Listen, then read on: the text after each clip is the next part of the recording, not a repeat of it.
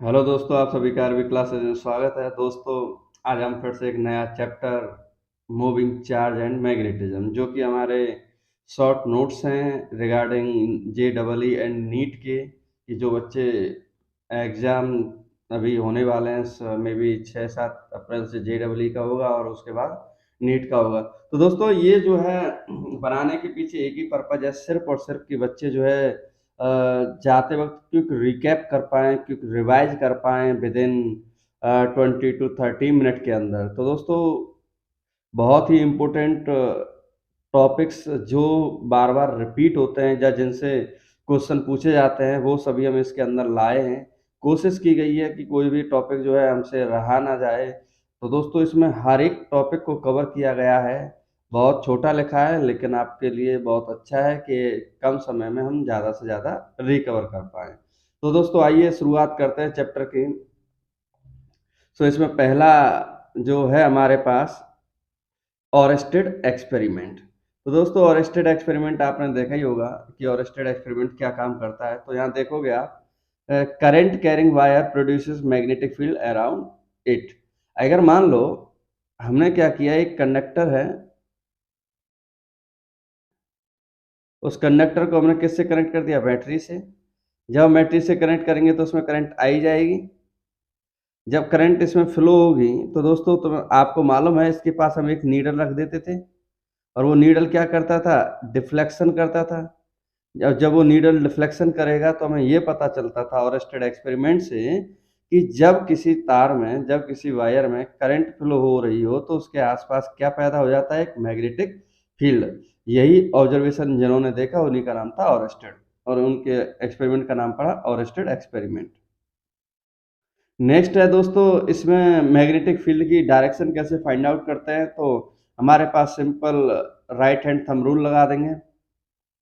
आप देख सकते हैं बहुत सुंदर हाथ बनाया है, जिसमें शायद मुझे भी नहीं मालूम कितना सुंदर है। तो दोस्तों देखोगे, ये एक तार है, इस तार में क्या करंट फ्लो हो रही है। तो हमसे पूछ रहा है कि बताओ मैग्नेटिक फील्ड क्या होगी। तो आपको कुछ नहीं करना, जिस डायरेक्शन में करंट है उस डायरेक्शन में आपको थंब रखना है, और जिस डायरेक्शन में मीन्स आपको चाहे मैग्नेटिक फील्ड इस डायरेक्शन में पूछे चाहे इस डायरेक्शन में पूछे, उस डायरेक्शन में आपको उंगलियां कर्ल करनी है। उंगलियां जिस डायरेक्शन में मूव करें वही हमारी क्या होगी? मैग्नेटिक फील्ड की डायरेक्शन होगी। आउटवर्ड के लिए साइन जो है एक ऐसा होता है, और इनवर्ड के लिए क्या होता है? क्रॉस का साइन होता है। जिस डायरेक्शन में फिंगर है उस डायरेक्शन में कर्ल करें, वही हमारी मैग्नेटिक फील्ड की डायरेक्शन होगी। तो मैग्नेटिक फील्ड को किससे शो करते हैं दोस्तों? बी से, इसलिए बी हमारी क्या है? ये डायरेक्शन है। नेक्स्ट है दोस्तों बायोट सेवर्ट लॉ। तो बायोट सेवर्ट लॉ क्या कहता था? याद करो, एक करंट कैरिंग वायर है जिसमें क्या हमारी करंट फ्लो हो रही है, किससे? पॉइंट पी है, जहां हमें क्या पता करना था? Magnetic field.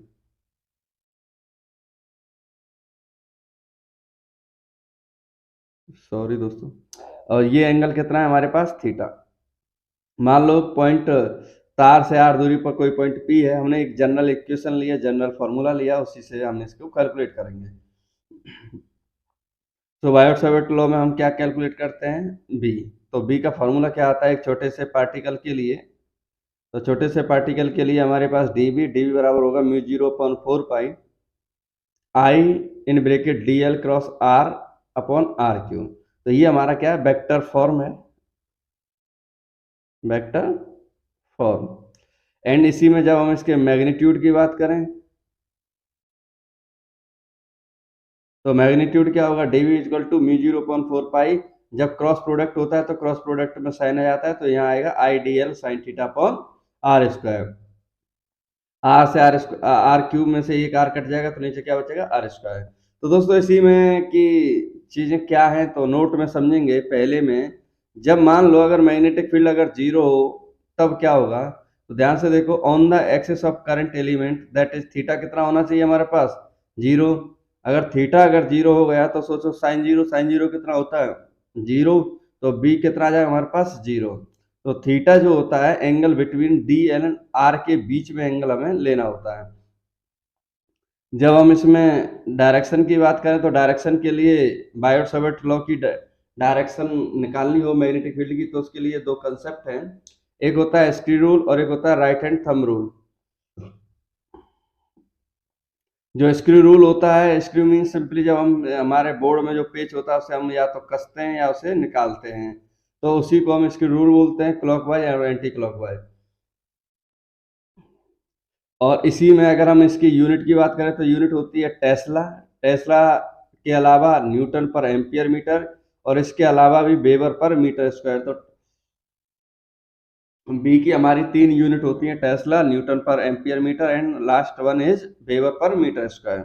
इसी में आगे बात करें magnetic field due to finite wire. अगर हमारे पास मान लो एक फाइनाइट वायर है, दोस्तों यहाँ ध्यान से समझना, फाइनाइट है, इनफाइनाइट नहीं है।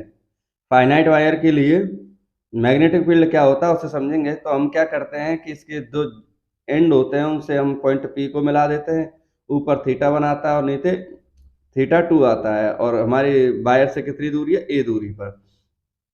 तो इसका फॉर्मूला क्या बनेगा, बी बराबर mu 0.4 pi I upon A in bracket sine theta 1 plus sine theta 2। तो ये हमारे पास आ जाता है फाइनाइट वायर के लिए। अगर मान लो यही कि हमारे पास अगर इनफाइनाइट वायर हो तब, तो इनफाइनाइट वायर के लिए अगर आप देखो तो हम कैसे सॉल्व करेंगे। तो इसमें देखोगे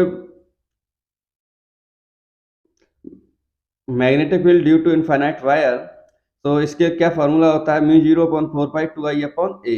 तो हमारे पास थीटा 1 और थीटा 2 की वैल्यू कितनी हो जाएगी, 90। तो साइन 90 प्लस साइन 90, 1 प्लस 1 कितना आ जाएगा, 2। तो हमारा फॉर्मूला आ जाएगा 2 आई अपॉन ए। दोस्तों इसमें आप ये ना करना कि इस 2 से इस 4 को जो है काट दो, इसको काटना सही नहीं होगा। क्यों, क्योंकि बी 0.4 पाई की वैल्यू क्या होती है हमारे पास, फिक्स होती है, और वो उसकी वैल्यू होती है 10⁻⁻7। नेक्स्ट देखते हैं इसी में। अगर मान लो मैग्नेटिक, अभी हमने देखा एक फाइनाइट था, दूसरा हमारे पास इनफाइनाइट था। अब आता है हमारे पास अगर मान लो सेमी इनफाइनाइट वायर हो, तब क्या हम करेंगे। तो सेमी इनफाइनाइट वायर के लिए आप देखोगे बी बराबर mu 0.4 pi into I upon ए। तो हमारे पास ये हमारे पास क्या हो जाएगा, सेमी इनफाइनाइट वायर।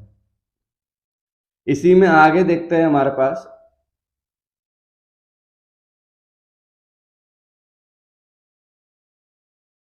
अब पूछ रहा है magnetic field at the centre of circular current loop. तो करंट लूप के लिए सर्कुलर हमारे पास है, उस सर्कुलर के सेंटर पे मैग्नेटिक फील्ड कितना होगा, calculate. So we find easily magnetic field V equal to mu 0.2 into I upon A. जहां हमें डायरेक्शन चाहिए किस पे, सेंटर ओ पर, तो आप यूज करोगे simply write hand thumb rule. तो करंट इस डायरेक्शन में तो अंगूठा रख दोगे, और सेंटर ओ है, ओ पर पूछा है तो ओ पर क्या करोगे आप, सिंपली ओ पर क्या कर दोगे, उंगलियों को कर्ल कर दोगे। जब उंगलियां कर्ल करोगे तो आपको दिखाई देगा जो हमसे मैग्नेटिक फील्ड की डायरेक्शन पूछा है वो किस डायरेक्शन में आएगी, इनवर्टेड डायरेक्शन में आएगी।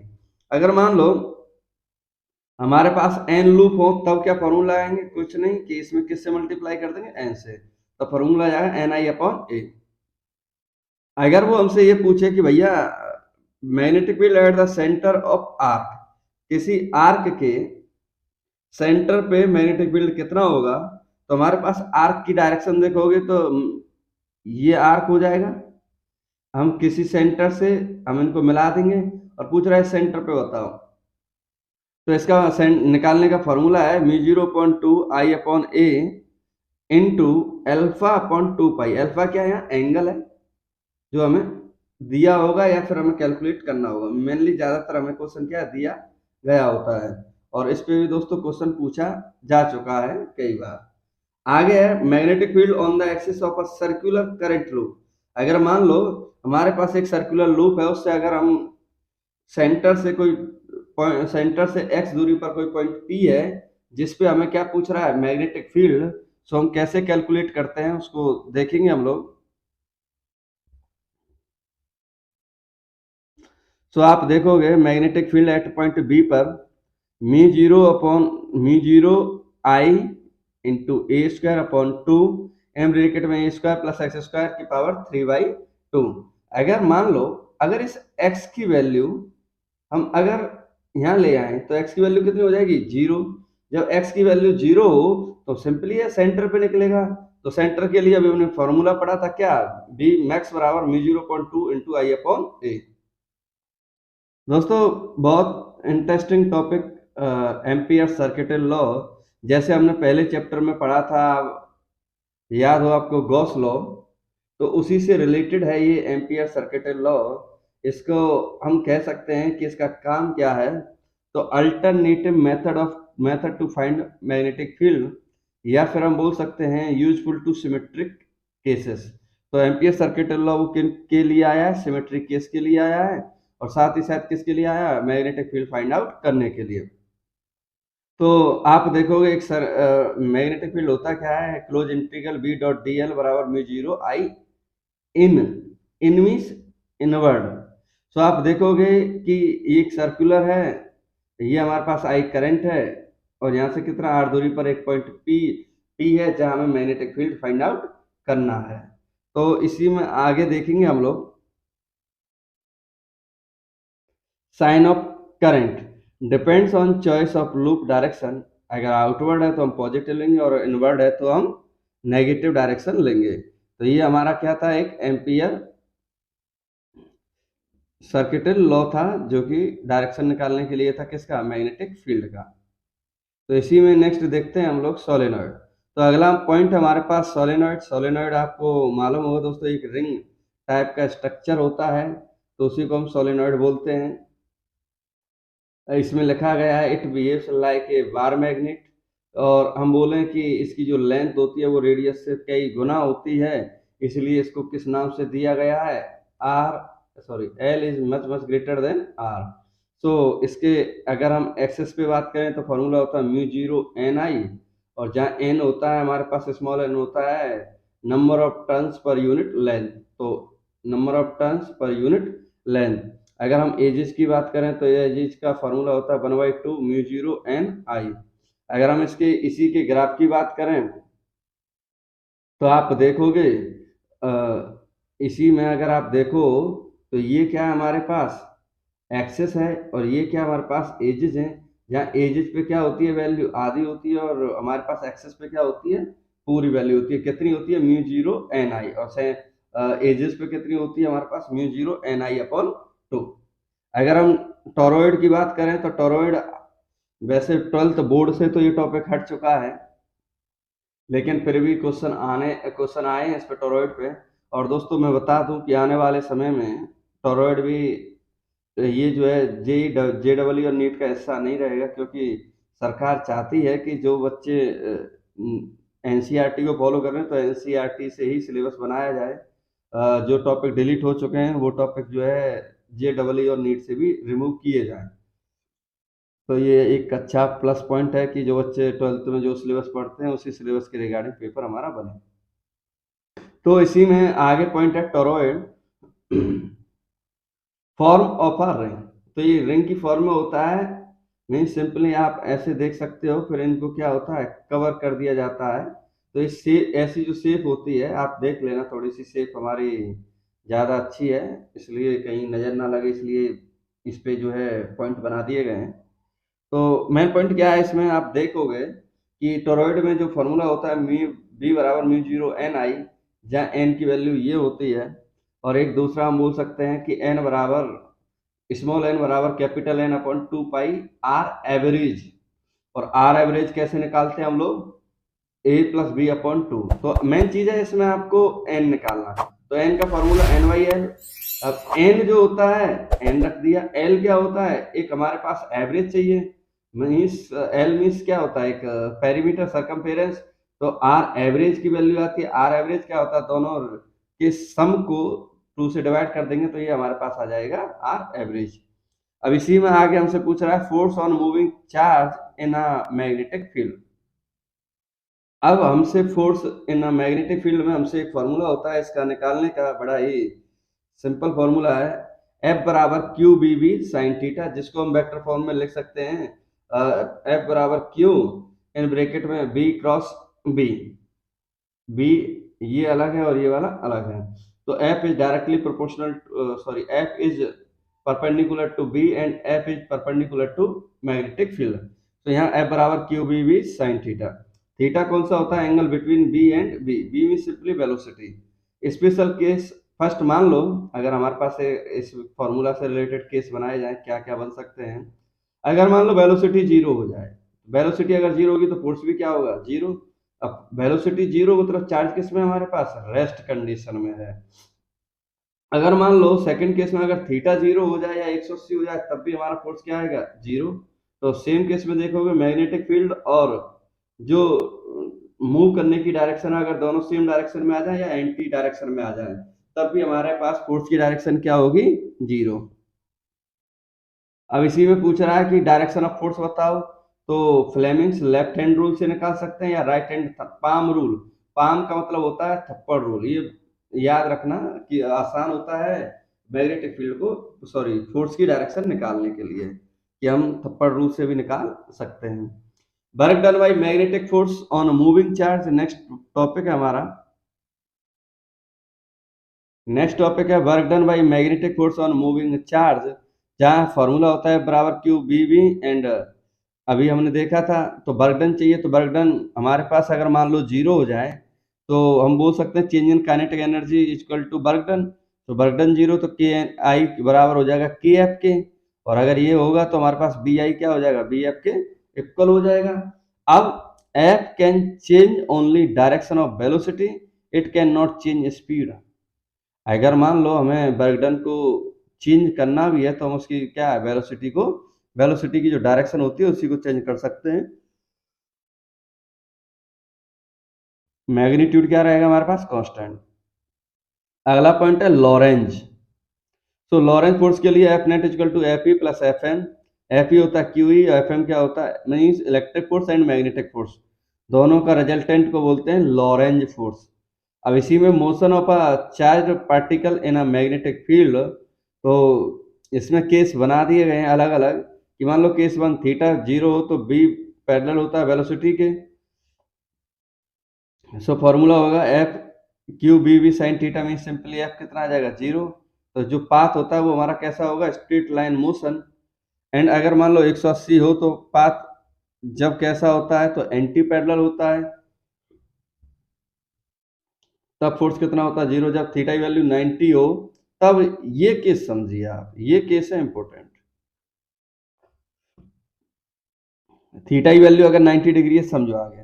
आर का फॉर्म सिंपली है कि अगर हमारे पास ये मान लो मैग्नेटिक फील्ड है इनवर्ड, अगर हम पार्टिकल को ऐसे फेंक रहे हैं तो वो हमारा कैसा पाथ को फॉलो करेगा, सर्कुलर पाथ को। तो ये सर्कुलर पाथ को फॉलो करेगा, तो हम बोलेंगे कि जो हमारे पास पाथ बनेगा वो सर्कुलर पाथ बनेगा। दूसरा रेडियस कितनी होगी, तो रेडियस फॉर्मूला है M B perpendicular upon Q B, या फिर हम बोल सकते हैं R equal to momentum upon Q B, या बोल सकते हैं अंडर रूट टू एम के, जहाँ के क्या होता है काइनेटिक एनर्जी, और काइनेटिक एनर्जी की वैल्यू कितनी होती है, हाफ एम बी स्क्वायर। अगर हम टाइम पीरियड की बात करें तो टी बराबर two pi M upon Q B, और जब फ्रिक्वेंसी की बात करें तो उल्टा होता है, तो क्या आ जाएगा Q B upon two pi M. इसी में नेक्स्ट आता है केस नंबर 4, कि मान लो अगर वो किसी एंगल पे जा रही हो, जनरल क्वेश्चन है हमारे पास। मान लो ये मैग्नेटिक फील्ड है, पार्टिकल हमारा एक कुछ इस तरह से जा रहा है। अब पार्टिकल जा रहा है, एक इधर कंपोनेंट टूटेगा और एक कंपोनेंट इधर टूटेगा, तो एक है इधर बी कॉस थीटा और एक है बी साइन थीटा। तो पैरेलल क्या होगा, B cos theta, B cos theta B parallel to B straight line motion को, ये सर्कुलर मोशन को। अब आप देखोगे इसकी वजह से तो आगे बढ़ेगा और इसकी वजह से क्या बनाएगा, सर्कुलर। तो आप ऐसा नहीं देखोगे कि आगे भी बढ़ रहा है सर्कुलर बनाते हुए, तो ऐसा नहीं देखा और जैसे जलेबी बन रही हो। जलेबी मतलब क्या, सर्कुलर मोशन, जिसे हम बोलते हैं कौन सा पाथ, हेलिकल। कौन सा पाथ बोलेंगे, हेलिकल पाथ। जहाँ आर की वैल्यू ये है, पिच होता है horizontal distance covered in one time period, तो एक्स बराबर आ जाएगा B cos theta into T. तो ये हमारे पास क्या आ जाता है, फॉर्मूला। तो ये एक्ट जनरल इक्वेशन थी, जैसे मान लो कि अगर कोई एंगल थीटा पे पूछे तो कैसे हम उसे सॉल्व करते हैं। नेक्स्ट देखते हैं इसी में, force on a current carrying wire. अगर मान लो फोर्स के पास, हमारे पास कोई करंट कैरिंग वायर है, उसके ऊपर अगर हमें फोर्स निकालना है तो कैसे, तो इसका एक फार्मूला होता है F equal to I L cross B. तो हमारे पास मान लो मैग्नेटिक फील्ड है, एक कंडक्टर है जिसपे तार करंट फ्लो हो रही है, एल डिस्टेंस है, थीटा एंगल है। तो फॉर्मूला होता है एफ बराबर B I L sine theta, या थीटा होगा एल और बी के बीच में। दोस्तों जब भी हमारा वेक्टर फॉर्म हो तो थीटा उन्हीं दोनों के बीच में आता है हमेशा। चाहे वो हमारी 11th हो चाहे 12th हो, किसी में कोई फर्क नहीं पड़ता। थीटा आने का पर्पज ही यही है कि, और जहाँ क्रॉस प्रोडक्ट आ जाए वहाँ हमेशा स्क्वायर रूल अपने आप लगा दो। स्क्वायर रूल हर जगह सक्सेस है, जहाँ क्रॉस प्रोडक्ट आएगा वहाँ स्क्वायर रूल अपने आप ऑटोमेटिक आ जाएगा। इसी में आगे अगर हम बात करें कि एल क्या होता है, ये करंट की डायरेक्शन में दिखाता है। Force right hand palm rule या फ्लेमिंग्स लेफ्ट हैंड रूल। अगर मान लो force between two parallel plates current carrying wire, अगर दो पैरेलल प्लेट्स हैं हमारे पास, उनके बीच में फोर्स, तो आप देखोगे जब दोनों सेम डायरेक्शन में करंट हो तो अट्रैक्ट करेंगे, अपोजिट में हो तो वो क्या करेंगे, रिपेल। और इनका निकालने का फॉर्मूला है म्यू 0.4π2I1I2/d। तो आप देख सकते हो थप्पड़ रूल को, अगर मान लो हमें इस तार पर एक करंट कैरिंग वायर है, या फिर हम ये कहें कि इसकी वजह से अगर हम इस पे फोर्स निकालें तो किधर जाएगा, I1 की वजह से इस पर अगर हम फोर्स देखें तो हमारे पास पता है अंगूठा इस डायरेक्शन में रखेंगे I1 की डायरेक्शन में ऊपर की तरफ, और उंगली को हमारी जो उंगलियां इससे हम इधर की तरफ रखेंगे। जब उंगलियों को इधर की तरफ रखेंगे तो हमारे पास इनवर्ड जो है मैग्नेटिक फील्ड होगा, और सेम इस केस में तो आउटवर्ड होगा। तो मतलब सिंपली यही है कि हमारे पास जो है थप्पड़ रूल से भी हम लोग जो है चीजें सॉल्व कर सकते हैं। F बराबर म्यू 0.4π2I1I2/d। अगर मान लो अगला है हमारे पास current loop as a magnetic dipole, तो M बराबर I है। तो जो M है वो हमारा मैग्नेटिक डाइपोल है, या फिर हम मैग्नेटिक डाइपोल मोमेंट बोल सकते हैं। इसकी अगर हम यूनिट की बात करें तो एम्पियर मीटर स्क्वायर, डायरेक्शन है राइट हैंड रूल। अगर मान लो N लूप हो तो NI आ जाएगा। Magnetic dipole for a revolving electron, तो M बराबर EBR/2 या T बराबर 2πr/b। अगर हम एंगुलर मोमेंटम की बात करें इसी में, तो एंगुलर मोमेंटम होता है R क्रॉस P, जिसका फॉर्मूला आता है MBR।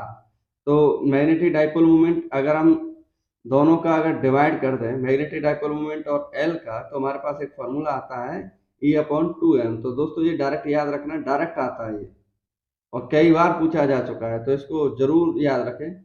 आगे पूछा है टॉर्क।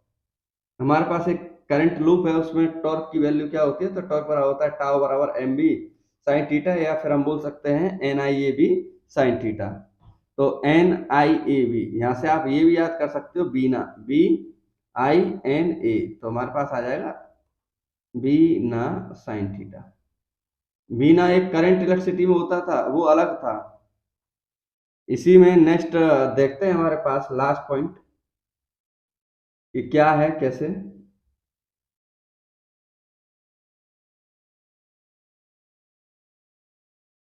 पोटेंशियल एनर्जी, तो हमारे पास एक पोटेंशियल एनर्जी है। पोटेंशियल एनर्जी कैसे निकालते हैं इस केस में, तो पोटेंशियल एनर्जी का फॉर्मूला भी हमारे पास अगर देखें तो U बराबर mb cos थीटा, U बराबर -k mb cos थीटा।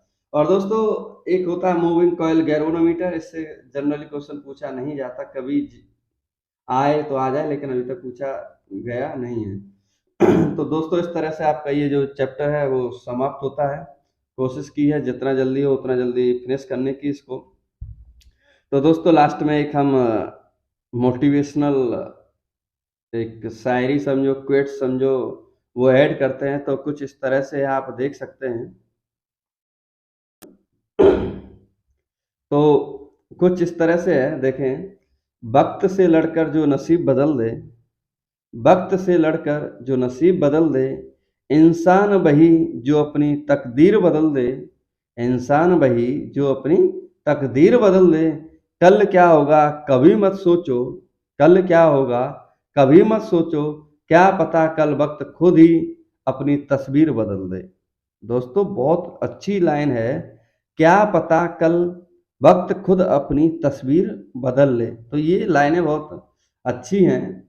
तो दोस्तों इस तरह से हमारी ये जो चैप्टर होता है वो फिनिश होता है। उम्मीद करते हैं दोस्तों आपके लिए बहुत हेल्पफुल होगा। थैंक यू दोस्तों, धन्यवाद।